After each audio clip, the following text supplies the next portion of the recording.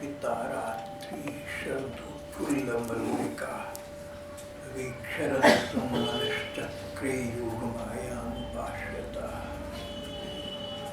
श्रीमद्भागवत से गोपिकाओं और श्री कृष्ण की प्रेम संबंध की चर्चा चल रही है। अब तक एक बात अतिशय स्पष्ट हो चुकी। श्री कृष्ण की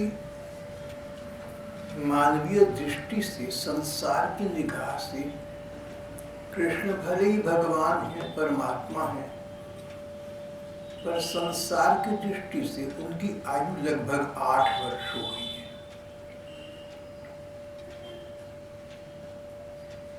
उन्होंने इन 8 वर्षों में ऐसे ऐसे राक्षसों का उद्धार किया जिनसे देवराज इंद्र और अन्य देवता डरकर भागे फिरते थे, छिपते रहते थे।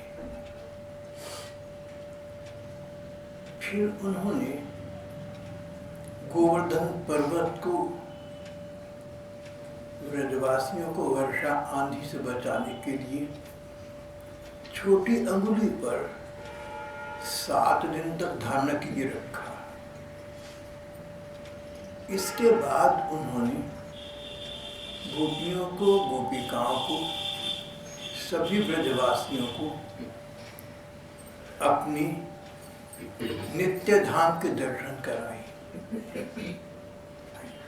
वैकुंठ धाम के दर्शन कराए। जब संसार समाप्त हो जाता है, जब प्रलय हो जाती है, जब महाप्रलय हो जाती है, संसार में और संसार से परे कहीं कुछ शेष नहीं रहता, सब कुछ समाप्त हो जाता है और बड़े बड़े देवलोक, ब्रह्मलोक, शिवलोक इत्यादि ब्रह्म सत्ता में विलीन हो जाती है। ब्रह्मांड में कुछ भी नहीं रहता, तब एकमात्र वैकुंठ धाम शेष रहता है। ये नित्य है, सदा रहने वाला है, समाप्त नहीं होता, इसीलिए इसे नित्य धाम कहते हैं। ग्रंथों में इसका नाम वैकुंठ धाम दिया गया है। ब्रजवासियों को श्री कृष्ण ने वैकुंठ धाम के दर्शन कराए। यहाँ श्री कृष्ण के कई चमत्कार ऐसे हो गए जो परमात्मा ही कर सकता है, परमात्मा के अतिरिक्त कोई दूसरा कर सकता ही नहीं। अंतिम उदाहरण इस समय वैकुंठ दर्शन का है। वैकुंठ परमात्मा का नित्य धाम है। महाप्रलय के समय केवल मात्र वैकुंठ धाम ही बचा रहता है। उसके दर्शन ब्रजवासियों के कराए, ब्रजवासियों को कराए। परमात्मा ही ऐसा कर सकते हैं, और तो देवता लोग रहते ही नहीं। शिव ब्रह्मा इत्यादि तो ब्रह्म तत्व में विलीन हो जाते हैं, वो तो होते ही नहीं, अस्तित्व में ही नहीं होते। तो पर ब्रह्म परमात्मा ही हो सकते हैं जो अपने नित्य धाम के दर्शन प्रदान करे। दूसरा अजूबा, दूसरा अद्भुत आश्चर्य ये हुआ कि वैकुंठ धाम से, वैकुंठ धाम के सामने इंद्र के स्वर्ग के महिमा तो मानो कुछ भी नहीं है। लेकिन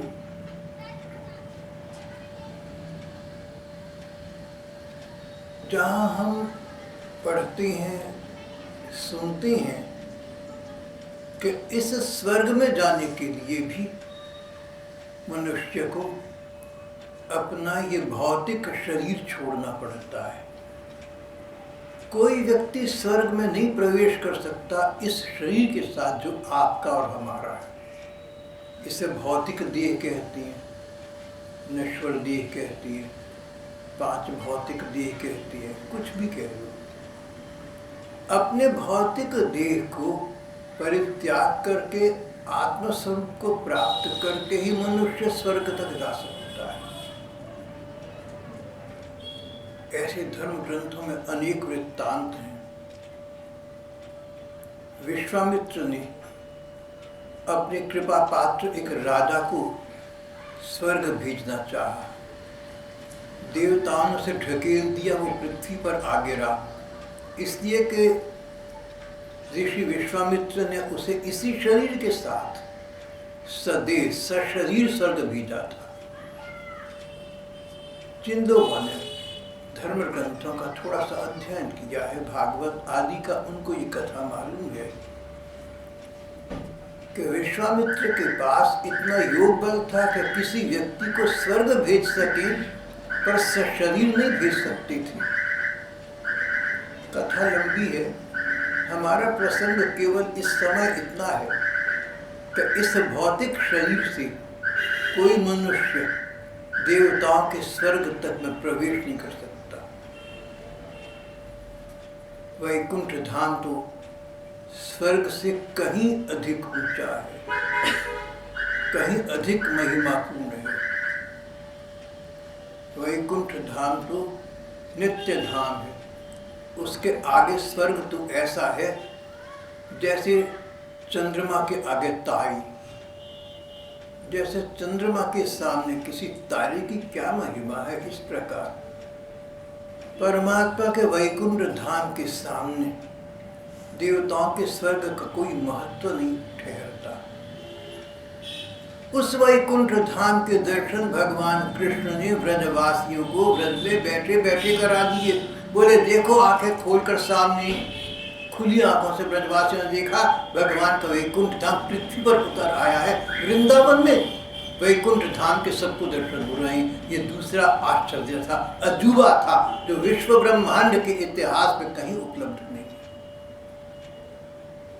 जितनी भाषाओं का, जितने धर्मों का, जितने देशों का थोड़ा बहुत मैंने अध्ययन किया है, उसमें कहीं ऐसा वृत्तांत नहीं आता। कुरान में, बाइबल में या अन्य अनेक धर्म ग्रंथ हैं, अच्छे से अच्छे हैं, परमात्मा की ओर ले जाने वाली हैं, पर पृथ्वी पर बहिष्ठ का, हेवन का, परमात्मा के धाम का दर्शन किसी को हुआ हो, ऐसा वृत्तांत वहाँ भी कहीं उपलब्ध नहीं है। एकमात्र श्री कृष्ण ही ने ब्रजवासियों को, एकमात्र श्री कृष्ण ही ने ब्रजवासियों को इस वैकुंठ धाम के यहीं बैठे बैठे, इसी वृंदावन में रहते रहते दर्शन करा दिए। भाव ये था कि ब्रजवासी श्री कृष्ण के प्रेमी भक्त थे, लेकिन भोले भाले धर्म ग्रंथों का अधिक ज्ञान नहीं रखते थे, बारीकी और गहराई का उन्हें अधिक पता नहीं था। प्रेम में ऐश्वर्य होता भी नहीं, इसलिए इनको ऐश्वर्य का ज्ञान नहीं था। श्री कृष्ण ने इन्हें एक प्रकार का दिग्दर्शन प्रदान कर दिया। श्री कृष्ण ने ब्रजवासियों को झलक दे दी कि मैं परमात्मा हूँ, और मेरे परमात्मा के दिव्य धाम का, मेरे नित्य लोक का, वैकुंठ लोक का यहाँ देखो बैठे बैठे तुमने दर्शन भी कर लिया है। भगवान ने प्रमाण प्रस्तुत कर दिया, आंखों के सामने दिखा।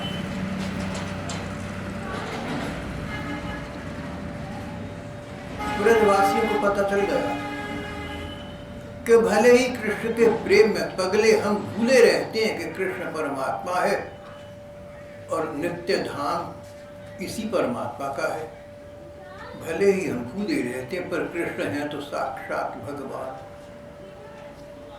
तो जिनको समझ थी, जिनको विवेक था, उनको भगवान ने ये विवेक पहले प्रदान कर दिया, और इतना करने के पश्चात भगवान की रासलीला का, गोपियों के साथ प्रेम लीला का आरंभ हुआ। इसीलिए श्रीमद् भागवत में जहाँ रासलीला का प्रकरण आरंभ होता है, वहाँ कथावक्ता भगवान सुखदेव जी महाराज ने जो कथा का आरंभ किया है, भगवान शब्द से किया है, कृष्ण शब्द से नहीं किया। तो यहाँ पर रासलीला के आरंभ का पहला श्लोक यही है। भगवान अपिता रात्रि शरदुत्फुल्ल मल्लिका वीक्षरन्तुं मनश्चक्रे योग मायामुपाश्रिता। भगवान, भगवान शब्द का अर्थ अगर आप शब्दकोश में देखें तो है सब प्रकार के ऐश्वर्य जैसे पहले ही प्राप्त है, सब प्रकार के सुख भोग जिसे पहले ही प्राप्त है उसे भगवान कहते हैं। इसलिए हमारे धर्म ग्रंथ कहते हैं, श्वेताश्वतर उपनिषद कहता है, कुरान शरीफ कहता है, सभी धर्म ग्रंथ एक ही बात कहती हैं। इस एक विषय में सभी संसार के धर्म ग्रंथ सहमत हैं, एक मत हैं, और वो ये कि परमात्मा ही परमात्मा हो सकता है। परमात्मा के बाद नंबर 2 परमात्मा भी नहीं हो सकता, तो परमात्मिक बराबरी तो कौन कर सकता है? God alone is God and none that can be next to him.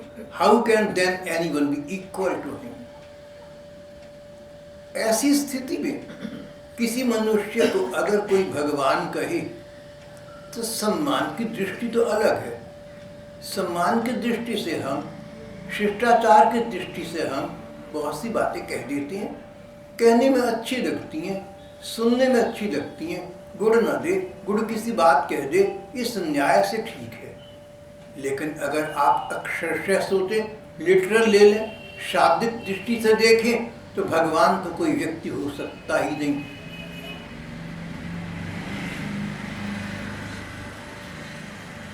किसी व्यक्ति का अपने को भगवान बताना या किन्हीं लोगों का किसी व्यक्ति को भगवान मानना, ये बता रहा है कि भगवान सचमुच कैसे होती है, ये इन लोगों को पता नहीं है, क्योंकि भगवान वाला गुण तो किसी व्यक्ति में हो सकता ही नहीं। छोटा सा उदाहरण आपके सामने है। भगवान हमारी इस सृष्टि का, हमारे इस संसार का उद्भव, स्थिति और संहार करती है। उद्भव जन्म देना, स्थिति पालन पोषण करना, संहार प्रलय में इसको अंतिम लीन कर देना। सारी सृष्टि का उद्भव, स्थिति और संहार परमात्मा करते हैं। कोई ऐसा मनुष्य है जो परमात्मा कहला, जो भगवान कहलाता हो और इस संसार की उद्भव, स्थिति और संहार कर सकता हो? कितने लोग भगवान कहलाती हैं। अब उन भगवानों से कहो कि तुम ऐसा करो कि इस संसार को नष्ट करके नया संसार बना दो, तो वो तो ऐसा नहीं कर सकते। संसार का, सृष्टि का, ब्रह्मांड का उद्भव, स्थिति, संहार, creation, preservation, maintenance and destruction, ये तो कोई कर सकता ही नहीं, तो भगवान कैसे हो सकता है? इसलिए भगवान को ही भगवान मानना, किसी व्यक्ति को भगवान मत मानना। आदर के नाते किसी को भगवान कह दो, शिष्टाचार के नाते भगवान कह दो, सो अलग बात है। पुराने जमाने में नाई को लोग राजा जी कहते थे। ये मतलब तो नहीं कि नाई राजा सचमुच हो गया। राजा जी क्यों कहते थे? कहते हैं जिसके सामने राजा लोग सिर झुकाते हैं कटिंग के लिए, राजा जी। सिकंदर, अशोक सब राजा हैं, लेकिन नाई राजा जी है, इसके आगे ये भी सिर झुका के बैठती है। जहाँ चाहे हाथ से सिर खोपड़ी पकड़ के नीचे करती।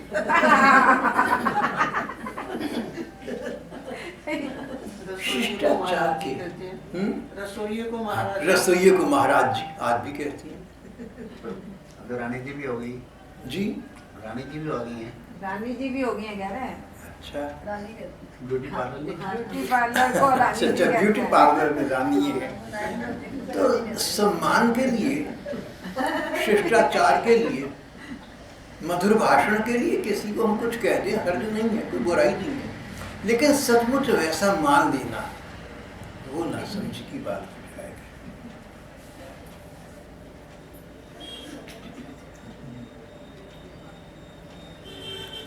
गांधी जी थे, उन्होंने कहा शूद्र मत कहो, भंगी चमार इत्यादि मत कहो, सब भगवान के जन हैं, भगवान की सृष्टि के हैं, सब श्री हरि के बनाए हुए हैं, इनको हरिजन कहो। तो हम उन्हें हरिजन कहने लगे। अब गहराई से देखो तो संसार में ऐसा कौन है, आप या मैं या अमेरिकन्स या रशियंस या यूरोपियंस, कौन संसार में ऐसा है जो हरिजन नहीं है? सभी हरि के जन, सारा संसार ही भगवान का भाई। लेकिन चमार भंगियों को हरिजन कहना एक आदर का काम है। गांधी जी ने ठीक संबोधन उनके लिए चुना और हमें ऐसा कहना चाहिए, सबका मान रखना चाहिए, जैसे हम वैसे वो। कई जगह तो शूद्र हमसे अच्छे अच्छे भी हैं।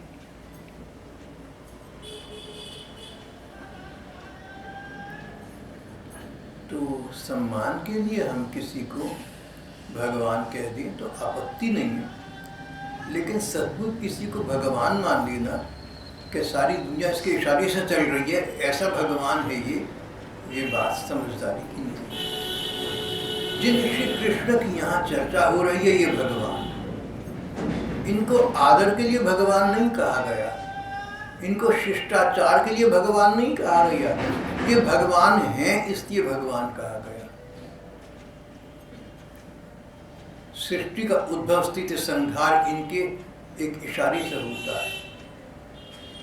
शिवजी और देवराज इंद्र इनकी पूजा करने प्रायः आया करते थे। अब तो नित्य धाम वैकुंठ इन्होंने ब्रजवासियों को यही वृंदावन में दिखा दिया, इसलिए इनको भगवान कहा गया। भगवान के अनेक लक्षण इस पृथ्वी पर ही प्रकट हो गए थे और गोपिकाओं के और श्री कृष्ण की रास प्रकरण का आरंभ तो शब्द ही भगवान से होता है, ऐश्वर्य से होता है, माधुर्य बाद में आता है। भगवान अपिता रात्रि शरदु फुल्ल मल्लिका वीक्षरन्तु मनश्चक्रे युग मायाम उपाश्रिता।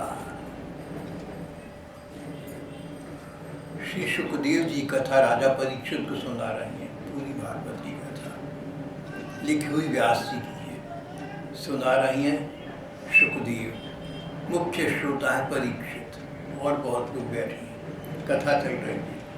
श्री कृष्ण परमात्मा है ये स्पष्ट करने के बाद, श्री कृष्ण भगवान है ये समझा देने के बाद फिर मुख्य कथा पर आते हैं, जो सारे धर्म ग्रंथों का सार है, जो सारे वेद पुराण उपनिषदों का सार है, जो स्वयं श्रीमद् भागवत का सार है। रास पंचाध्यायी के इन 5 अध्यायों को भागवत का हृदय कहा गया। जैसे बिना हृदय की, बिना दिल के, बिना हार्ट की संसार में क्या होगा, कुछ भी। अगर दिल ना हो तो बच्चे न पलें, माँ में दिल ना हो तो बच्चे कैसे पलेंगे, बच्चे कैसे कैसे काम करते हैं, कैसी कैसी हरकत करते हैं। लेकिन माँ का दिल सब सहन करके सहर्ष बच्चों को पालता है। सब कुछ संसार में हृदय से ही गतिवान है।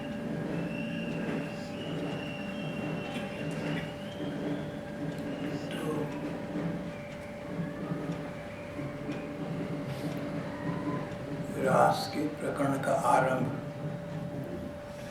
श्री कृष्ण की भगवत्ता से हो रहा है। कथा का आरंभ इस प्रकार है। पहले कथा का पृष्ठभाग कहूंगा, कथा की भूमिका, कथा का परिप्रेक्ष्य, कथा का कॉन्टेक्स्ट क्या है। गोपिकाएं श्री कृष्ण को उनके जन्म से ही बहुत प्यार करती थी। जब श्री कृष्ण कुछ बड़े हुए, गौ चराने के लिए जाने लगे। जब श्री कृष्ण गोचारण के लिए वन में चले जाते तो बस्ती में बैठी गोपिकाओं का दिन बड़ी कठिनाई से कटता वो प्रतीक्षा करती थी। मन ही मन उनके विषय में सोचती रहती, मन की आंखों से देखती रहती कि कृष्ण ऐसा कर रही हैं, कृष्ण ऐसा कर रही हैं। उनका जीवन, उनके नयन, उनके मन कृष्णमय हो गए। और श्री कृष्ण की वंशी ध्वनि सुनकर तो गोपिकाएं मानो उन्मत्त हो जाती, पागल हो जाती। श्री कृष्ण के रूप का सब पर जादू था। श्री कृष्ण की लीलाएं नटखटपन की, चंचलता की थी, सब लोग उस पर मुग्ध थे, गोपिकाएं विशेष। श्री कृष्ण के वंशी ध्वनि में अपना एक जादू था, एक आकर्षण था, गोपिकाओं पर विशेष। श्री कृष्ण के इस त्रिविध माधुर्य से गोपिकाएं उनके प्रति उन्मादिनी हो चुकी थी। इतना कुछ होने के बाद उन नन्ही कन्याओं ने, जो श्री कृष्ण के समवयस्का गोपिकाएं थी, आयु में उनसे कुछ छोटी या कुछ बड़ी थी, सबने मिलकर मार्गशीर्ष का मास आया, दोबारा कहूंगा, वर्षा ऋतु का समय आया। श्री कृष्ण 7 वर्ष के थे, गोपिकाएं भी 7 वर्ष के लगभग की थी, गांव की बच्ची हैं, कुछ बड़ी बड़ी भी थी, गृहस्थ थे, पर अधिकांश की बात चल रही। वर्षा ऋतु आई जब श्री कृष्ण 7 वर्ष के थे। वर्षा ऋतु आई, गोपिकाओं को श्री कृष्ण के मिलन की आकांक्षा जाग जाती। गोलोकवासी संत प्रभुदत्त ब्रह्मचारी कहते हैं कि वर्षा ऋतु में गोपिकाएं स्वयं वर्षा बन जाती। उनकी आंखों से अविरल इतनी अश्रुधारा होती थी, आंखों से इतने आंसू बहते थे श्री कृष्ण के अभाव में, उनके मिलन की आकांक्षा में, लगता था कि यहीं वर्षा हो रही है।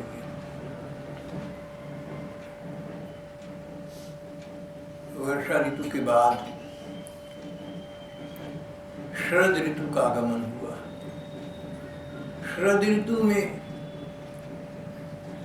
वायु बहता, हवा बहती, न अधिक ठंडी न अधिक गर्म। लोगों को वायु का वो शीतल स्पर्श बड़ा अच्छा लगता, पर गोपिकाओं का हृदय प्रेम विमग्न था, उनकी जलन और भी अधिक बढ़ जाती। श्री कृष्ण गोचारण को जाते, दिन भर प्रतीक्षा करती कि श्री कृष्ण वापस आएंगे, हम पर प्रेम पूर्वक दृष्टि डालेंगे, तब हमें चैन मिलेगा, हमारे हृदय की जलन शांत होगी। श्री कृष्ण आते, प्रेम पूर्वक दृष्टि भी डालते, पर गोपिकाओं की जलन शांत होने के स्थान पर और भी अधिक बढ़ जाती। जैसे प्यासे को एक घूंट पानी मिल जाए तो उसकी प्यास और बढ़ जाती है। जैसे कई दिन के भूखे को आधी रोटी खिला दो तो उसका दिल करता कहीं से और मिल जाए, और की कामना जाग जाती है। वर्षा ऋतु के बाद शरद ऋतु आई। शरद ऋतु के बाद मार्गशीर्ष का महीना आया, जो आजकल दिसंबर जनवरी में होता है। ठंड का समय था, गोपिकाओं ने 1 मास तक व्रत किया श्री कृष्ण को पति रूप में प्राप्त करने का। 30वें दिन यानी मार्गशीर्ष की पूर्णिमा को श्री कृष्ण स्वयं गोपिकाओं के पास चले गए और उनसे कहा कि मैं तुम्हारी कामना जानता हूँ, तुम्हारी बात को जानता हूँ, मैं उसका अनुमोदन करता हूँ, पर कुछ समय लगेगा। गोपिकाओं, तुम प्रतीक्षा करो, अगली शरद ऋतु में मैं तुम्हें बुलाऊंगा, स्वयं तुम्हारा पूरा स्वागत सम्मान करूंगा, पर प्रतीक्षा का फल मीठा हो। गोपिकाओं, अधिक मत हो, प्रतीक्षा करो। श्री कृष्ण 7 वर्ष के थे जब ये बात हुई। अगली शरद ऋतु आ गई। अब श्री कृष्ण और गोपिकाएं 8 वर्ष के हो गए। जब अगली शरद ऋतु आई, कोई कहते हैं कार्तिक का मास था, उसकी पूर्णिमा थी, हम लोग ऐसा मानते हैं, गीता प्रेस गोरखपुर और हम सब लोग ऐसा मानते हैं कि कार्तिक का मास था, कार्तिक मास की पूर्णिमा थी। कई विद्वान अनुसंधान करने के बाद ऐसा कहते हैं कि आश्विन मास की पूर्णिमा थी। कार्तिक, आश्विन मास कार्तिक से पहले आता है। आश्विन मास वो है जिसमें श्राद्ध भी होते हैं। तो बहुत से विद्वान ऐसा मानते हैं कि आश्विन मास की पूर्णिमा थी, लेकिन अधिकांश विद्वज्जनों का और प्रेमी जनों का कहना है कार्तिक की पूर्णिमा थी। कार्तिक की पूर्णिमा को फिर हम शरद पूर्णिमा कहते हैं, और यहाँ तो शरद पूर्णिमा की आधी रात तक कीर्तन होता ही है। बड़े बड़े उत्सव संसार में देश में मनाई जाती हैं। मेरे विचार से शरद पूर्णिमा की रात वृंदावन तो पूरी रात लोग न जाने क्या क्या भाव विभोर रहते होंगे, कीर्तन, पूजा पाठ, और अन्य स्थानों पर भी बहुत कुछ होता है। भाव ये कथा का आरंभ यहाँ होता है कि शरद पूर्णिमा की रात को लगभग 9:30-10 बजे का समय होगा। भगवान कृष्ण उस समय वन में खड़े हुए थे, यमुना जी के किनारे। मौसम सुहावना था, त्रिविध समीर प्रवाहमान थी, शीतल मंद सुगंधित वायु बह रहा था।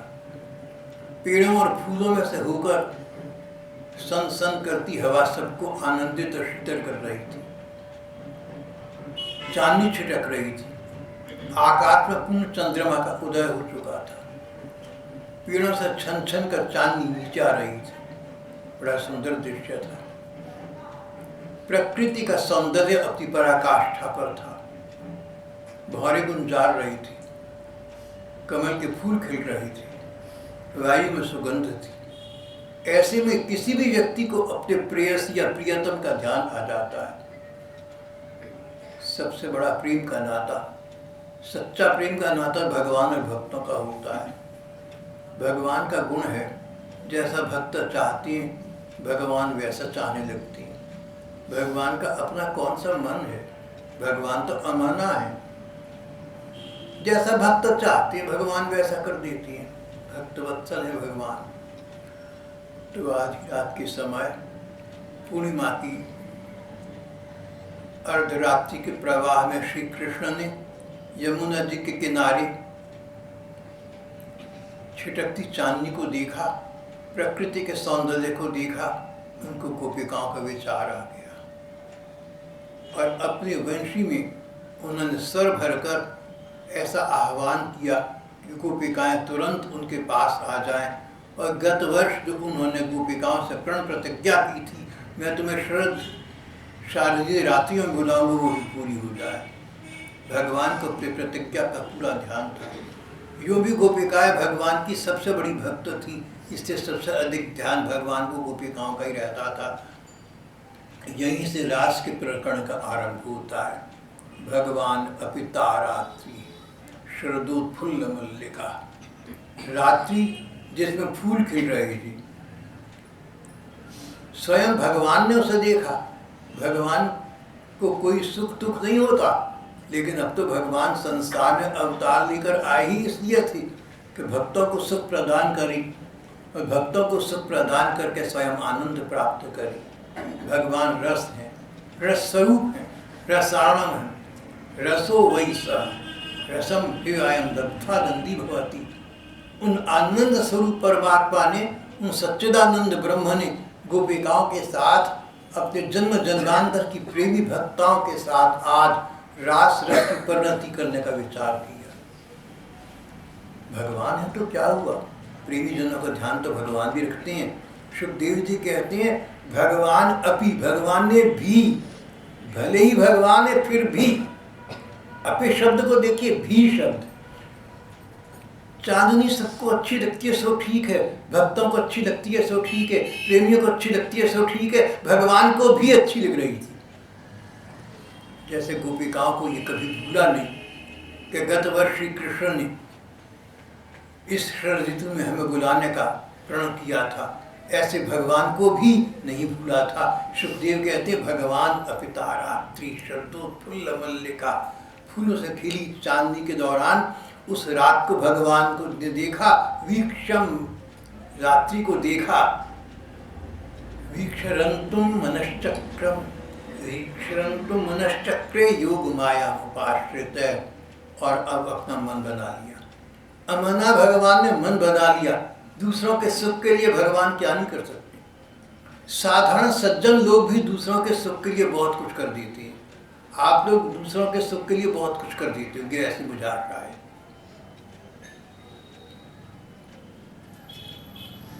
भगवान ने परम भक्ता गोपिकाओं के लिए उनके मन को मान देने के लिए जब उन राज्यों को देखा तो निश्चय कर लिया गोपिकाओं को यहाँ बुलाने का। योग माया उपाश्रिता, अपनी माया का आश्रय लिया भगवान ने। भगवान की माया कई प्रकार की है। एक प्रकार की माया का नाम है योग माया। भगवान ने अपने से युक्त माया का आश्रय लिया। कई आलोचक यहाँ पर आकर अटक जाती हैं, कहते हैं अच्छा परमात्मा थे तो फिर भी उनको माया का आश्रय लेना पड़ा। परमात्मा सबको आश्रय देते हैं, परमात्मा किसी का आश्रय लिया नहीं करते। तो जब पहले ही कह दिया कि भगवान ने योग मायानुपाश्रिता, भगवान ने माया का आश्रय लिया, माया का सहारा लिया, ये कैसा परमात्मा है माया का सहारा लेता है। इसका एक विद्वान ने बहुत अच्छा उत्तर दिया। संत महात्माओं ने, जिनको समझ है, जिनको बात की पकड़ है, जो धुर तक पहुंचे हुए हैं, वही बता सकते हैं। उन्होंने कहा कि एक राजा है, एक नौकरानी को कहता है, एक दासी को कहता है, देखो कुछ भी हो जाए सुबह को 4 बजे तुम्हें मुझे उठा देना है। तो दासी सुबह को राजा को आवाज़ देती है, महाराज उठिए। राजा नहीं उठता, जोर से आवाज़ देती है। फिर जैसे तैसे करके राजा ने कहा था उठाना जरूर, राजा को उठने के लिए विवश कर देती है। इसका मतलब ये नहीं हुआ कि नौकरानी नहीं रही, रानी बन गई। है नौकरानी, नौकरानी है, इसी राजा के हुक्म की तामील कर रही है, राजा के आदेश का पालन कर रही है। भगवान ने माया को आदेश दिया, अपनी दासी को आदेश दिया। जिस प्रकार बड़े लोग अपने नौकरों को हुक्म देते हैं कि तुम ऐसा करना, वो वैसा करती हैं।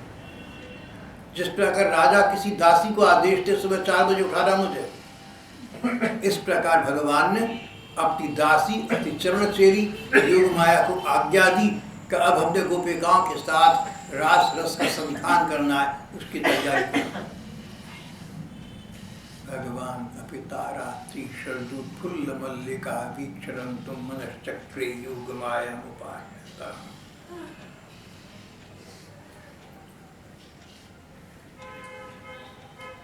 भगवान के संकल्प करते वातावरण में एक आनंद, एक उल्लास छा गया। पूर्ण चंद्र ने उदित होकर संसार के समस्त चर अचर प्राणियों का संताप दूर कर दिया। धूप से जो जलन थी उसको मिटा दिया। शांति शीतलता का इस छिटकती चांदी में संचार हो गया। सचर क्षणिना मुदगा चिचुग्रजन प्रिय प्रियाया इव दीर्घ दर्शना। भगवान ने इस चांद को ही तो देखा था। इस पृथ्वी पर 2 चांद नजर आ रहे थे, एक पृथ्वी पर और एक आकाश में। आकाश का चांद वो तो उसमें तो कालीमा है। भले ही आकाश का चंद्रमा संसार को चांदनी प्रदान करके शीतलता प्रदान करता है, पर अपने आप के चंद्रमा में एक कालीमा तो है। एक चांद 5,500 वर्ष पूर्व इस पृथ्वी पर उदित हुआ था। इस समय वृंदावन में था चंद्रकुल के निष्कलंक चंद्रमा श्री कृष्ण चंद्र।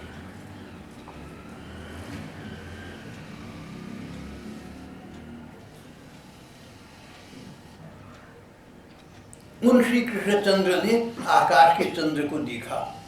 दृष्ट्वा कुमुदवंतम अखंड मंडलम नमाननाभम नव कुंकुमारुणम वनम च तत्कोमल भूभिरंजितम जगौकलम नामदृशाम मनोहरम। आकाश में पूर्ण चंद्र को उदित हुआ देख श्री कृष्ण ने जगौकलम वामदृशाम मनोहरम, अपनी गोपिकाओं को अच्छी लगने वाली वंशी पर मधुर तान छेड़ी। जैसे ही गोपिकाओं ने भगवान की वंशी की तान सुनी, समझ गई हमें बुलाया है। और जो जैसी स्थिति में थी उस स्थिति के बावजूद उसको काम को छोड़कर गोपिकाएं भाग लीं श्री कृष्ण के समीप, उनके चरणों की सेवा के लिए। श्री प्रसंग हम कल करेंगे। श्री कृष्ण